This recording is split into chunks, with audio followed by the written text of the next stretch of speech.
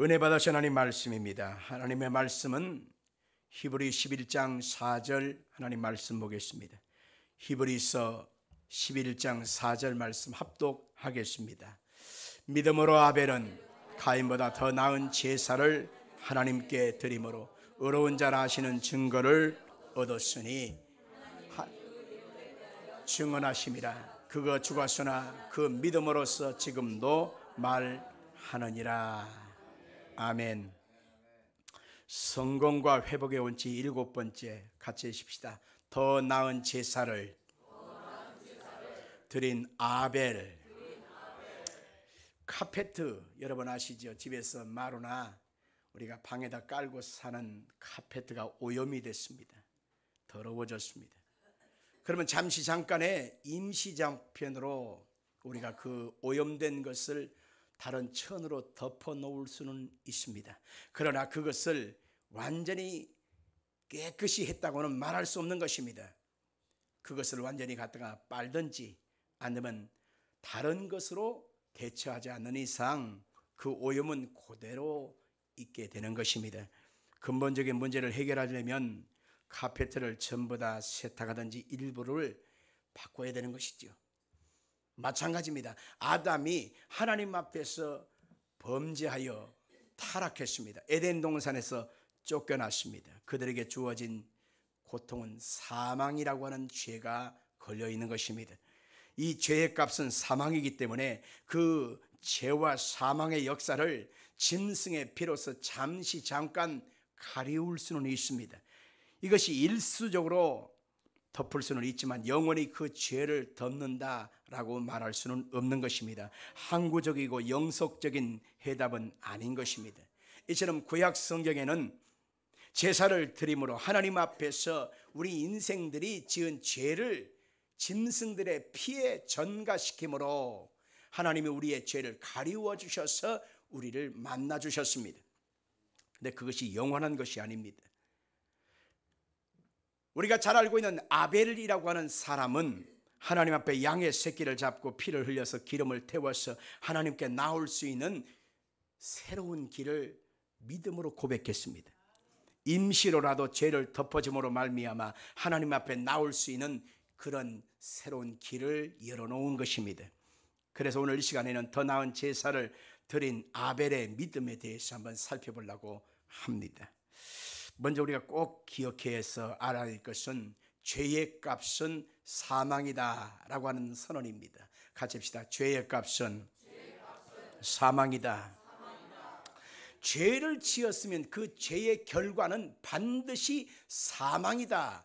이것은 어느 대통령의 말도 아니고 위대한 학자의 말도 아닙니다. 이것은 바로 하나님이 성경에 명확하게 주님이 정하신 것입니다. 그래서 그 죄는 무섭습니다. 죄의 근원은 사람으로부터 시작하는 것 같지만 실상은 더 나아가면 마귀로부터 죄가 시작된 것을 알 수 있습니다. 하나님은 사람을 만들고 온 우주 만물을 만들기 전에 제일 먼저 만든 존재가 바로 뭐냐? 천사들이었습니다. 천사들은 세 그룹으로 나눌 수 있는데 첫째 그룹은 바로 가브리엘, 하나님께 기쁜 소식을 갖다 주는 천사들입니다. 두 번째 그룹은 바로 미가엘입니다. 하나님의 군대였어요. 세 번째 그룹은 루스엘 해서 하나님께 각종 찬양을 하고 각종 악기를 다루면서 영광을 돌리는 그룹이었습니다. 그런데 가장 하나님이 아끼고 가까이 있게 하고 더 높여주신 그룹이 바로 뭐냐? 루스엘 천사장과 그 그룹이었습니다. 하나님께 영광을 돌리고 하나님께 악기를 다루고 하나님께 노래를 부를 때 얼마나 하나님이 좋아하시는지요. 그런데 이 루스엘 천사장의 마음속에 교만이 들어갔습니다. 이 아름다운 찬양, 이 아름다운 곡절을 하나님께만 드린다는 것이 너무 아깝지 않은가? 나도 먹자. 내가 먹자. 그래서 사탄이 바로 그 속에서 교만함으로 말미암아 그것을 먹어버립니다. 내가 가장 높은 자 하나님과 비교버리라, 견주어버리라 하면서 하나님께 대항했습니다. 하나님이 가만 놔둘 수 있나요? 피조물 주제에 창조주 하나님 앞에 나오니 악한 그 교만함을 그대로 두지 않고 하나님이 내어 치셨습니다. 그러자 그 루시엘 천사가 타락하여 된 이름이 바로 사탄, 마귀, 에뱀, 큰 용, 이렇게 말하는 것입니다. 자기를 따르는 3분의 1 천사를 데리고 이 공중으로 땅으로 내어 쫓겨서 그들이 바로 귀신이 된 것입니다. 그래서 각 가정에 들어가고 각 사람의 마음에 들어가고 각 사람의 육체 속에 들어가서 질병을 유발시키거나 깨어지게 만들거나 흉악하게 만들거나 끝이 안 좋게 만드는 것입니다. 그래서 많은 사람이 악한 귀신에게 잡혀서 인생을 고통 가운데, 좌절 가운데, 절망 가운데, 질병 가운데 괴로움을 당하다가 영원한 사망의 불못에 악한 마귀와 함께 영원히 가두어지게 되는데, 그게 바로 지옥인 것입니다. 누구도 이 고통에서 해방을 시켜줄 자가 없는 것입니다. 악한 마귀는 끊임없이 와서 아담과 하와, 첫 번째 사람이잖아요. 에덴 동산에서 하나님이 만드신 첫 번째 사람 아담과 하와에게 와서 유혹하고 꾀입니다. 하나님이 금지한 선악과 반드시 먹으면 죽는다, 반드시 죽는다, 그 말씀 앞에 물을 타기 시작해요. 하나님이 정말 그것을 괜히 따먹지 말라고 한 줄 알아? 네가 따먹으면 네 눈이 밝아져서 지혜롭게 되고 선악을 분별할 수 있게 될 거야. 그리고 네가 하나님처럼 될 수 있어. 거짓말을 해야 되는데 그 거짓말에 속았습니다. 그래서 선악과를 따먹고 결국 그들이 하나님 앞에 버림을 당하게 됩니다. 말씀 그대로 정령 죽으리라, 반드시 죽으리라, 그 말씀의 언약대로 그들은 죽고 말았던 것입니다. 이게 바로 인간의 현재의 모습인 것입니다. 성경 에베소 2장 2절 같이 보겠습니다. 그때 너희는 그 가운데 생하여 이 세상 풍조를 따르고 공중의 권세 잡은 자를 따랐으니 곧 지금 불순종의 아들들 가운데 역사하는 영이라. 공중의 권세를 잡고 그 마을을, 그 지역을 휘잡고 끊임없이 괴롭힘을 주고 고통을 주는 것입니다. 사람들은 그것을 알지 못하기 때문에 귀신에게 눌려 살고 잡혀 살고 고통 가운데 괴로우니까 그들이 궁여지책으로 뭘 합니까? 귀신을, 또 다른 귀신을 섬기면서 비나이다, 비나이다, 비나이다, 비나이다 하면서 용왕신을 찾고 신령을 찾고 몽당 귀신을 찾고 처녀 귀신을 찾고 비나이다, 비나이다 하면서 제발 이걸 받아먹고 좀 우리를 좀 보호해 달라고 그렇게 하는데, 얼마나 우리가 볼 때 어리석냐 말입니다. 많은 사람은 제사밥을 차리면서 그 귀신을 달려보려고 합니다. 그러나 여러분들, 귀신은요, 제사밥이 계속 반복적으로 주기적으로 자기한테 공급됨으로 인하여 그 가정에서, 가문에서 귀신이 떠나가지 않습니다. 그거 받아먹고 끊임없이 도둑질하고 죽이고 멸망시키고자 그 가정에 붙어 있다는 것입니다. 많은 사람은 부적을 써서 속옷 속에 그것을, 부적을 감춰 있으면 애군이 나를 피해갈 것이라고 말하고, 어떤 사람은 자동차에다가 그것을 붙이고 다니고, 어떤 사람은 자기 집 문설주 위에다가 그 귀신의 상징성인 부적이나 북옷대가리에다가 명주실을 감아서 그렇게 해서 사람들이 귀신을 거기다가 모시고 삽니다. 어떤 사람은 조상의 묘를 명당자리에다 쏘면 귀신이 떠나가고 좋은 복이 올 것이라고 말하고 있지만은, 하나같이 귀신을 섬기는 방법론은 다르지만 목적은 바로 귀신을 섬기고 사는 것과 같은 것입니다. 알지 못하고 어리석기 때문에 많은 사람이 꼬박꼬박 귀신을 섬기는 데 집중하지만 도대체 귀신은 떠나가지 않습니다. 우리의 인생과 삶에 들어와서 좀 먹고 파먹고 곰팡이가 썰게 하고 결국 망하게 하는 것이 어둠의 영들의 짓인 것입니다. 아담은 처음 지음 받을 때 존귀하고 영광스러운 모습으로 지음을 받았습니다. 그래서 하나님과 교통하고 하나님과 대화하고 하나님과 함께 대면 가운데 서로 말할 수 있는 영적인 그러한 신의 직분으로 하나님이 만들었다고 말하고 있습니다. 그런데 아담 속에 죄가 들어감으로 말미암아 그것을 다 상실하고 말았던 것입니다. 인간은 무기력해지기만 합니다. 사망 가운데 이르게 됩니다. 여기서 말하는 사망이라고 하는 것을 우리가 세 가지로 해석할 수가 있는데, 첫째는 하나님과의 관계가 끊어졌다, 이렇게 해석할 수가 있는 것입니다. 같이 봅시다. 하나님과의 관계가 끊어졌다.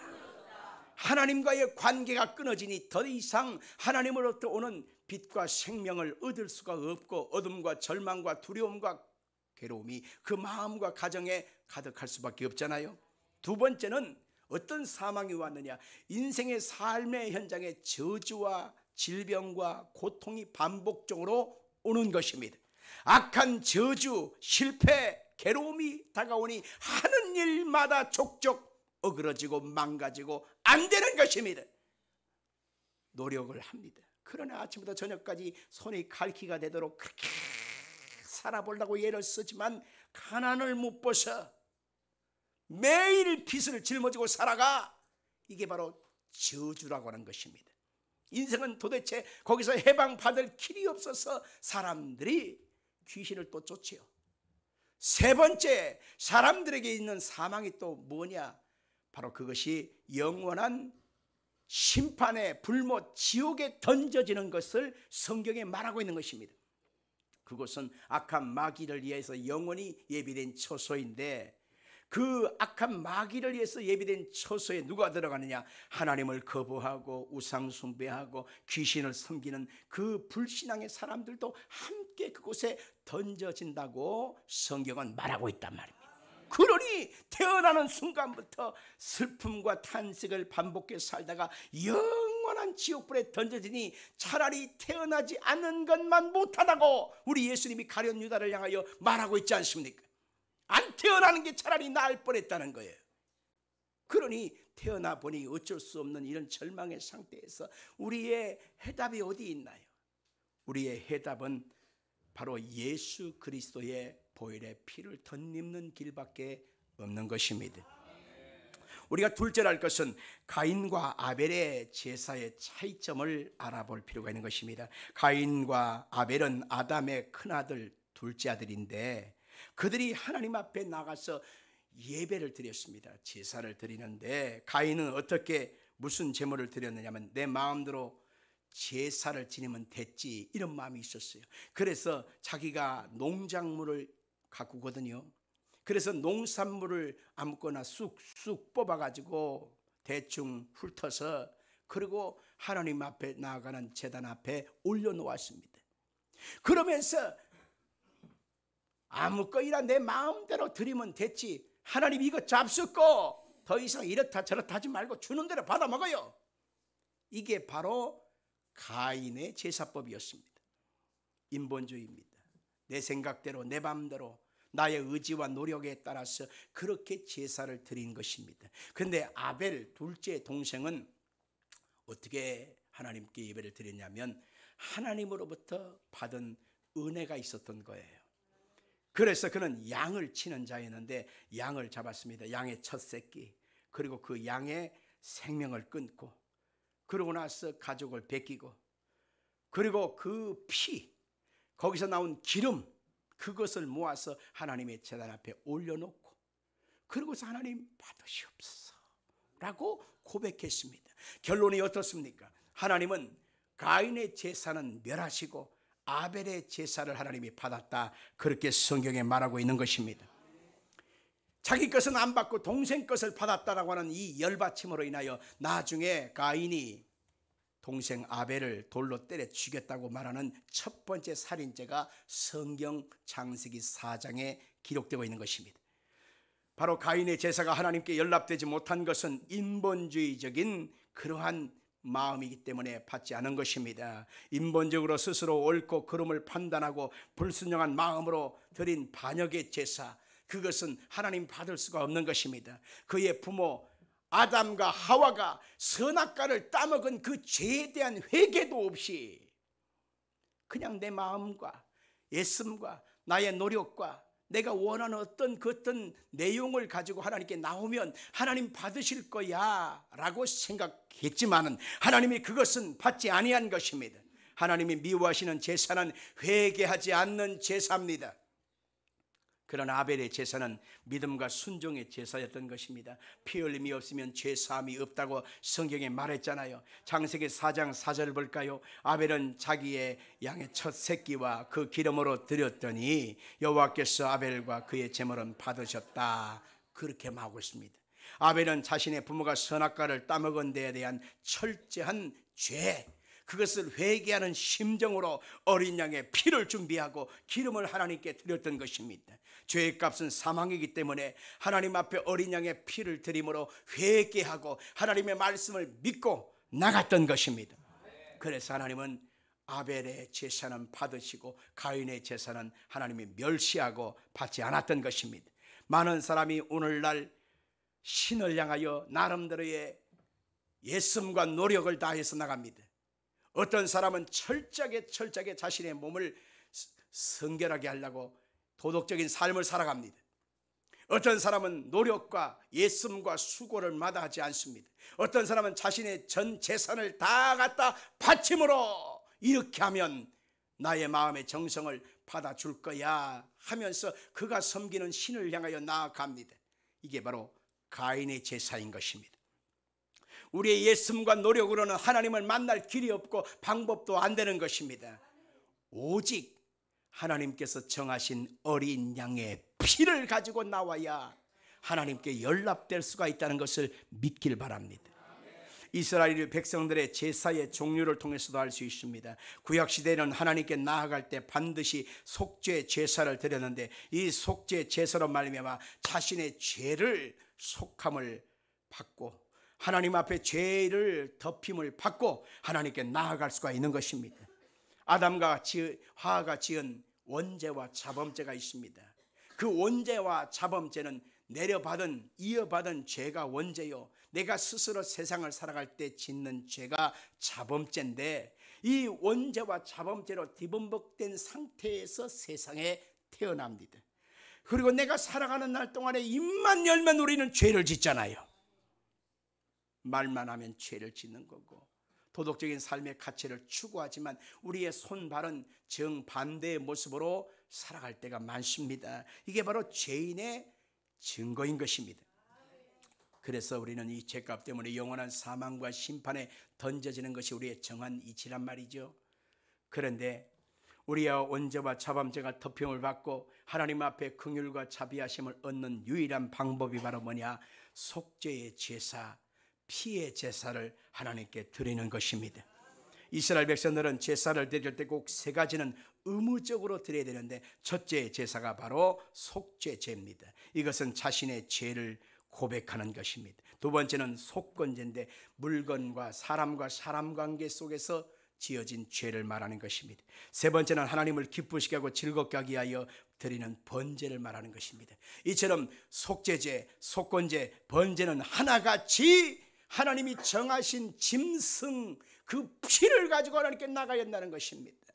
황소를 드리든 염소를 드리든 양을 드리든 비둘기 새끼를 드리든 전부 다 그 짐승의 피값을 통해서 나의 죄를 가리우고 덮여지기를 원하여 하나님께 그렇게 제물을 가지고 나오라고 하는 것입니다. 그래서 그 짐승의 그 피를 가지고 나아가면 이 짐승의 피를 받으시고 이 사람이 죽어야 될 죄를 용서해 달라고 제사장이 하나님께 구하게 됩니다. 아멘.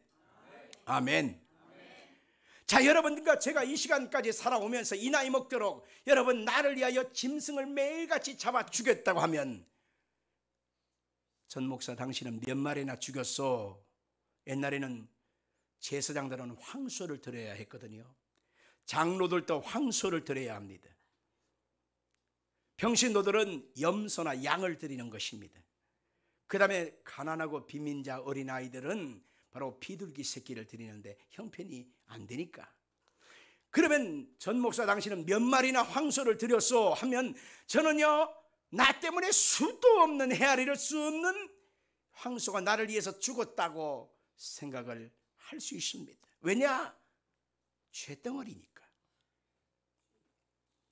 그런데 오늘 이 자리에 모인 여러분과 제가 짐승의 피가 아닌 이제는 어린 양 예수의 보혈의 피로 말미암아 하나님께 나아갈 수 있는 새로운 길이 열렸다는 사실을 여러분 믿으시길 바랍니다. 레위기 17장 11절 같이 읽겠습니다. 육체의 생명은 피에 있음이라. 내가 이 피를 너희에게 주어 제단에 뿌려 너희의 생명을 위하여 속죄하게 하였나니 생명이 피에 있으므로 피가 죄를 속하느니라. 아멘. 어린 양 예수의 보혈의 피로 말미암아 이제는 더 이상 짐승의 피를 가지고 나올 필요가 없는 것입니다. 그때마다 짐승이 나 때문에 대신 죽어야 했는데 이제는 하나님께서는 영원한 속죄 양을 주시사 이제는 이제 짐승을 가지고 나오는 그 피 흘림이 아니라 하나님의 아들 예수의 피로 말미암아 죄를 끊어야 되겠다고 하나님이 작정하신 사건입니다. 그게 바로 2000년 전에 하나님의 아들 예수를 우리 가운데 보내신 사건인 것입니다. 성경으로 한번 찾아볼까요? 히브리 10장 1절로 9절까지 같이 읽겠습니다. 율법은 장차 올 좋은 일의 그림자일 뿐이요 참 형상이 아니므로 해마다 늘 드리는 같은 제사로는 나오는 자들을 온전히 거룩하게 할 수 없느니라. 그렇지 아니하면 섬기는 자들이 단변에 정결하게 되어 다시 죄를 깨닫는 일이 없으리니 어찌 제사 드리는 일을 그치지 아니하였으리요. 그러나 이 제사에는 해마다 죄를 기억하게 하는 것이 있나니 이는 황소나 염소의 피가 능히 죄를 없애하지 못함이라.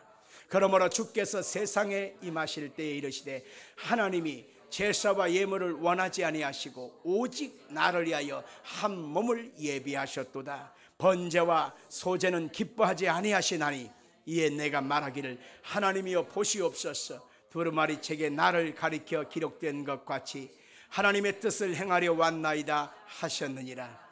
위에 말씀하시기를 주께서는 제사와 예물과 번제와 속죄제는 원하지도 아니하고 기뻐하지도 아니하신다 하셨고 이는 다 율법에 따라 드리는 것이라. 그 위에 말씀하시기를 보시옵소서. 내가 하나님의 뜻을 행하려 왔나이다 하셨으니 그 첫째 것은 폐하심은 둘째 것을 세우려 하심이라. 하나님이 여기서 첫째 것이 있고 둘째 것이 있다고 말하고 있습니다. 마지막 구절을 펼쳐주시길 바랍니다. 첫째 것이 바로 뭐예요? 율법을 통해서 그 율법에 기록된 대로 번제를 드리라, 속죄제를 드리라, 속건제를 드리라.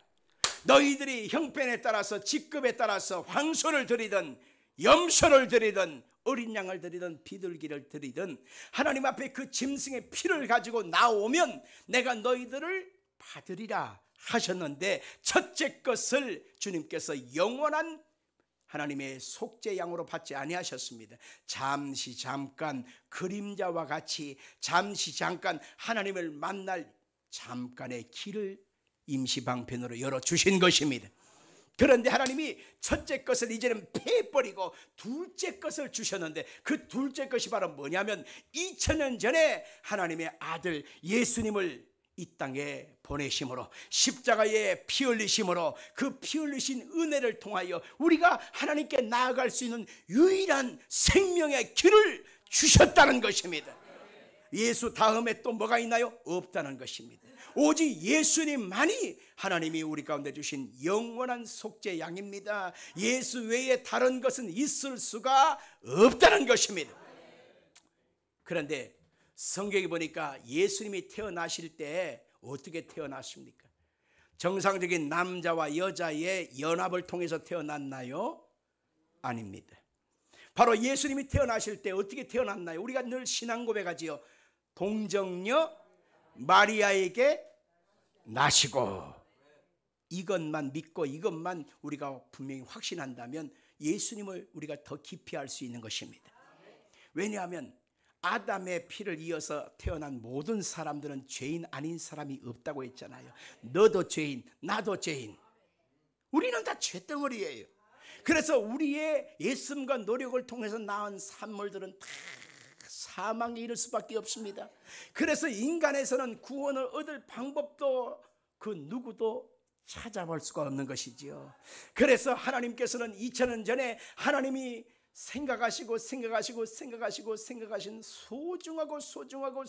소중한 하나님의 유일한 방법, 바로 하나님의 아들 독생하신 예수님을 이 땅에 육신의 몸으로 우리 가운데 보내셨는데 정상적인 부부의 몸을 통해서 나온 것이 아니라 한 번도 죄 지었지 않는 모습으로 나오셔야 되기 때문에 성령을 통해서 동정녀 마리아의 몸을 빌려서 주께서 태어나시게 하신 것입니다.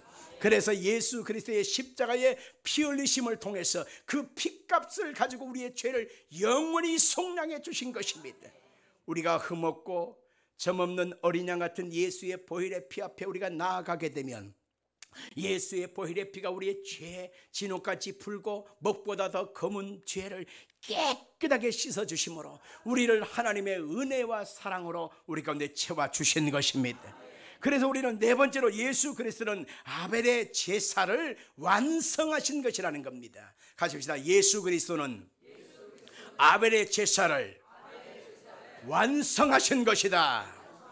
더 이상 짐승의 피를 흘려서 우리를 임시적으로 잠깐 우리의 죄를 덮거나 가리워진 것이 아니라 이제는 완전히 도말시켜 주시기 위하여 하나님의 아들 예수님을 십자가에서 몸을 찢고 피 흘리게 했습니다. 그래서 우리의 죄가 예수의 피로 완전히 도말되게 만들어 주신 것입니다. 성경 찾아보겠습니다. 히브리서 11장 4절 같이 읽습니다. 믿음으로 아벨은 가인보다 더 나은 제사를 하나님께 드림으로 의로운 자라 하시는 증거를 얻었으니 하나님이 그 예물에 대하여 증언하심이라. 그가 죽었으나 그 믿음으로써 지금도 말하느니라. 아벨이 자신의 노력과 예수의 산물이 아닌 어린 양의 피를 가지고 하나님께 나아감으로 주께서 아벨의 제사를 기뻐 받았듯이 흠없고 점없는 어린 양 되시는 예수 그리스도의 핏부림으로 하나님이 우리를 기뻐 받으실 수가 있다고 하는 것입니다. 타 종교는 가인의 제사입니다. 기독교 외에는 다른 종교는 자기 마음대로 하나님께 나아가고 자기 방법대로 구원받겠다고 예를 쓰고 있지만 하나님의 타 종교를 하나님께서는 구원의 조건으로 두지를 않는 것입니다. 히브리 9장 22절에 보니까 율법을 따라 모든 물건이 피로써 정결하게 되었나니 피 흘림이 없은즉 죄 사함이 없느니라. 가십시다. 예수의 피 흘림이 없다면 사함도 없다. 아멘. 사도행전 4장 12절에 보니까 하나님이 우리 가운데 주신 오직 구원의 이름은 예수밖에 없다는 것입니다. 읽어볼까요? 다른 이로서는 구원을 받을 수 없으니 천하 사람 중에 구원을 받을 만한 다른 이름을 우리 가운데 주신 일이 없음이라 하였더라. 죄가 없는 자가 죄인을 대신해서 죄를 청산해 주어야 하는데 이 세상에 아담 이후로 태어난 모든 사람은 죄인이기 때문에 내가 죄인인데 어떻게 너를 속량할 수 있겠냐 말이에요.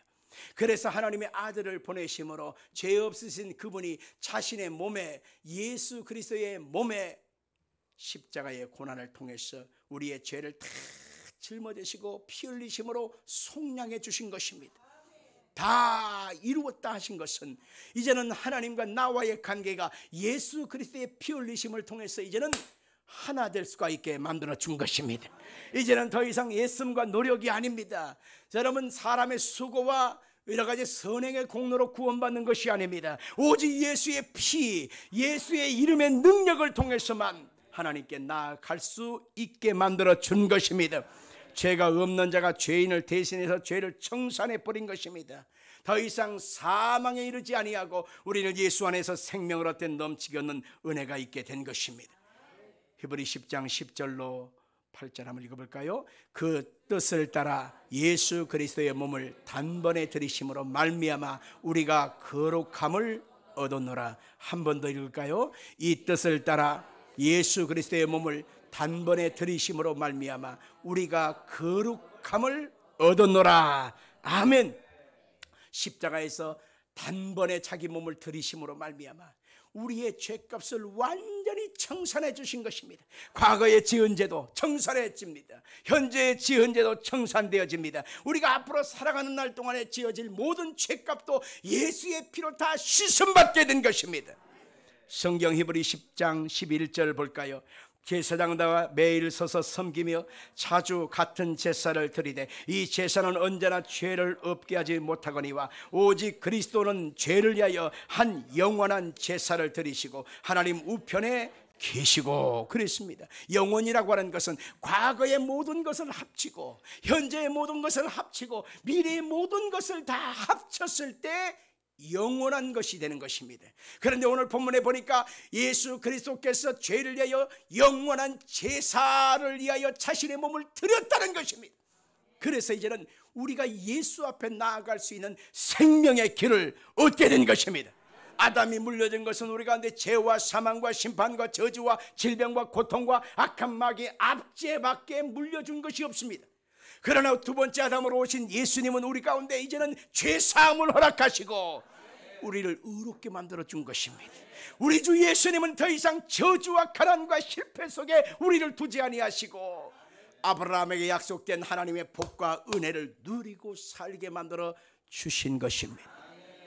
질병 가운데 고통하던 이 질병에 눌려 살던 나의 인생을 예수님의 보혈의 피로 말미암아 우리의 모든 질병을 다 씻어주셔서 하나님 주신 강건함을 누리고 살게 만들어 준 것입니다. 악한 영들에게 도둑질 당하고 죽임을 당하고 멸망시킴을 당하면서 인생살이가 고달프게 한없이 사는 그런 사람들이 예수님을 만남으로 말미암아 그 피 흘리신 은혜로 말미암아 악한 마귀가 떠나가는 것입니다.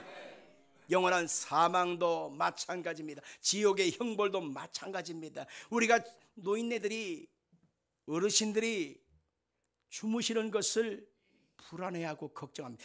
세상에 뭐 잠자는 것을 왜 이렇게 불안해하고 걱정하는가 하지만 왜 그런가 물어보니까 다시 깨어나지 못할까 봐 불안하다는 거예요. 많은 사람들이 연세가 찼지, 몸이 약하지, 그러니까 내가 언젠가는 죽을 것 같은데 죽음을 어떻게 생각하냐, 마치 큰 높이 있는 그 벼랑 끝에 서서 한 발만 내디디면 완전히 낭떠러지로 그냥 떨어져서 직사박사 다 깨져버릴 것 같은 그런 두려움과 무서움이 그 속에 있기 때문에 잠자는 것을 두려워하는 거예요. 무서워하는 거예요. 왜? 죽으면 끝인데 끝나는 것이 아니라 죽음 뒤에 뭐가 있다는 것을 알아요. 느낌으로 알아요. 그게 바로 지옥의 두려움인 것입니다. 그런데 우리가 예수 그리스도의 핏부림을 덧입고 나아가면 지옥의 형벌도 우리를 더 이상 괴롭게 하지 못하는 것입니다. 바울 사도는 말합니다. 사망아 너희의 쏘는 것이 어디 있느냐? 사탄아 물러갈지어다. 우리 속에 예수의 피가 우리를 덮고 있다고 하는 것, 내 안에 예수의 피가 흘러넘치고 있다는 것은 여러분 이처럼 어마어마한 은혜가 넘치고 있다는 것을 의미하는 것입니다. 요한복음 6장 55절 이하를 같이 보겠습니다. 내 살은 참된 양식이요 내 피는 참된 음료로다. 내 살을 먹고 내 피를 마시는 자는 내 안에 거하고 나도 그의 안에 거하나니. 살아계신 아버지께서 나를 보내시며 내가 아버지로 말미암아 사는 것 같이 나를 먹는 그 사람도 나로 말미암아 살리라. 이것은 하늘에서 내려온 떡이니 조상들이 먹고도 죽은 그것과 같지 아니하여 이 떡을 먹는 자는 영원히 살리라. 아멘 합시다. 예수 그리스도의 피 흘리심에 대한 믿음의 고백을 우리는 끊임없이 해야 합니다.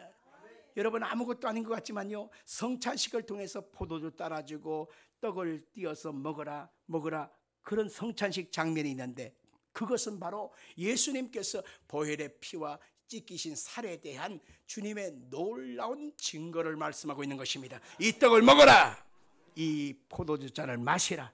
이 떡을 먹고 이 잔을 마실 때 너희 속에 생명이 있다는 것입니다. 아멘 할까요? 그래서 성경 곳곳을 찾아보면 보혈을 향한 우리의 신앙 고백을 4가지로 말하고 있습니다. 따라하십시오. 예수의 보혈의 피를 마십니다. 이렇게 다시 한번. 예수의 보혈의 피를 마십니다. 이제 보혈의 피가 이제 식도로 넘어갑니다. 5장 6보 사지백제를 적십니다. 혈관을 타고 들어갑니다. 그러면서 우리 몸속에 들어있는, 마음속에 붙어있는 모든 더러운 것과 질병이 어떻게 돼요? 깨끗이 녹아지고 마는 것입니다. 예수의 보혈의 피를 마실 때에 내 속에 주님의 생명이 임하는 것입니다. 아멘 하십시다. 그래서 예수의 보혈의 피를 마시는 사람 속에는 질병이 떠나가는 것입니다. 암덩어리가 떠나가는 것입니다. 저주가 끊어지는 것입니다.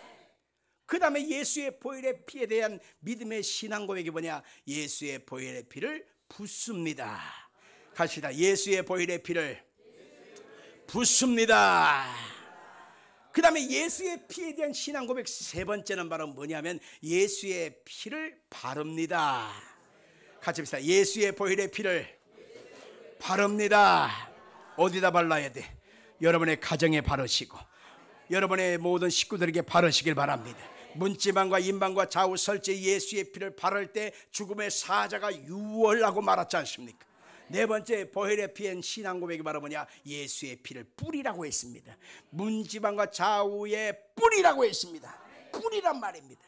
이것은 나뿐만 아니라 우리 모든 식구들과 가족들에게 번짐을 말하는 것입니다. 예수의 보혈의 피를 뿌리면 어둠이 떠나가는 것입니다.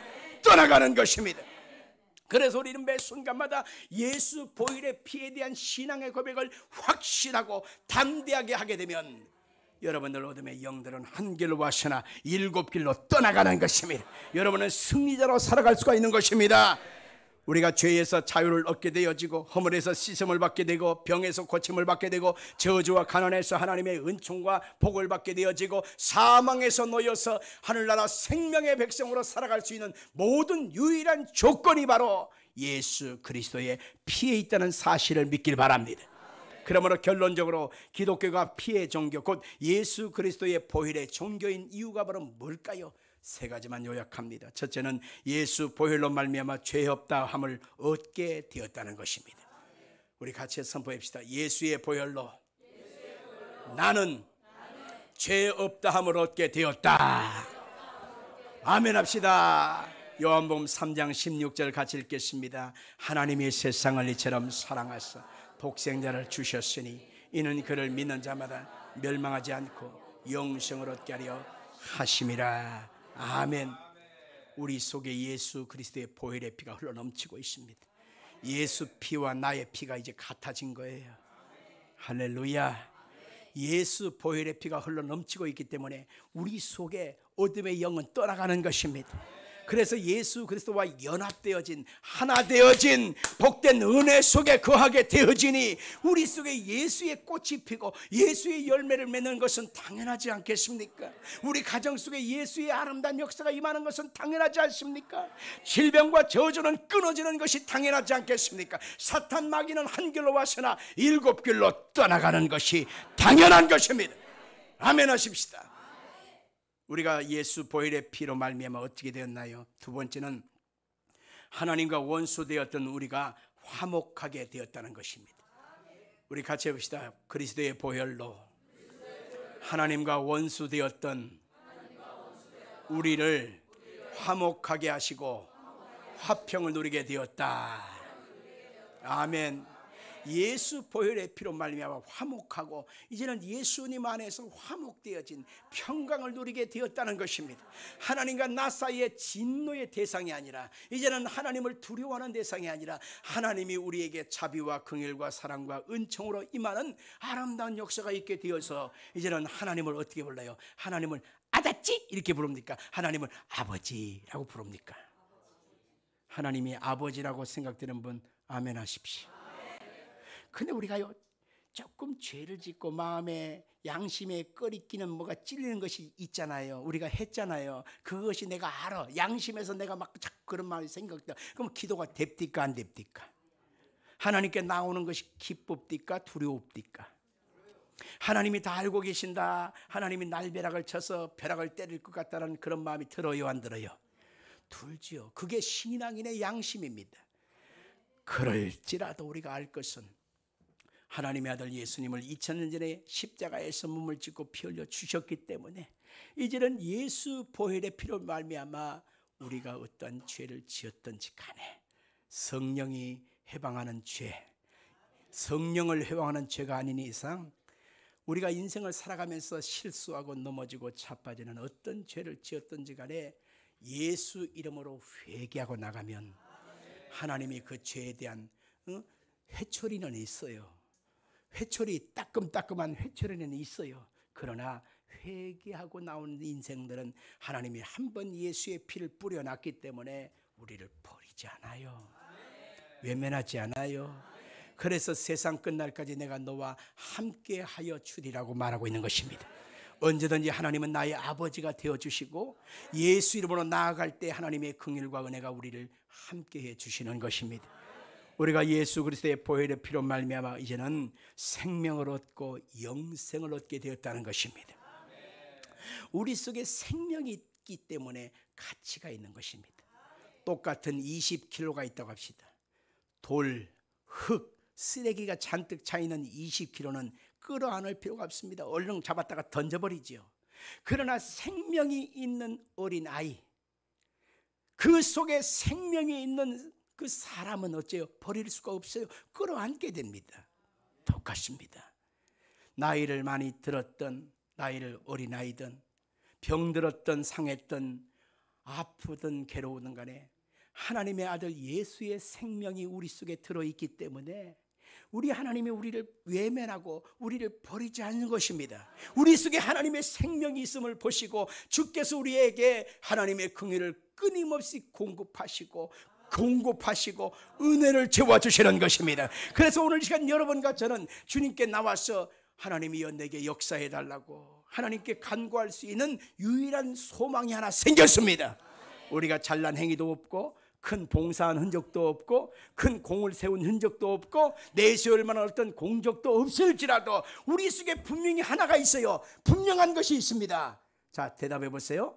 뭐가 있어요? 설교 처음부터 다시 해야 되겠네. 이렇게 불확실하게 이게 성의 없이 대답하면 나더러 어떡하란 얘기야.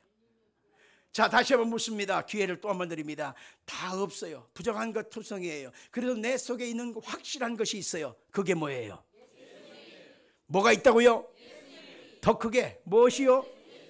예수의 피가 있단 말입니다.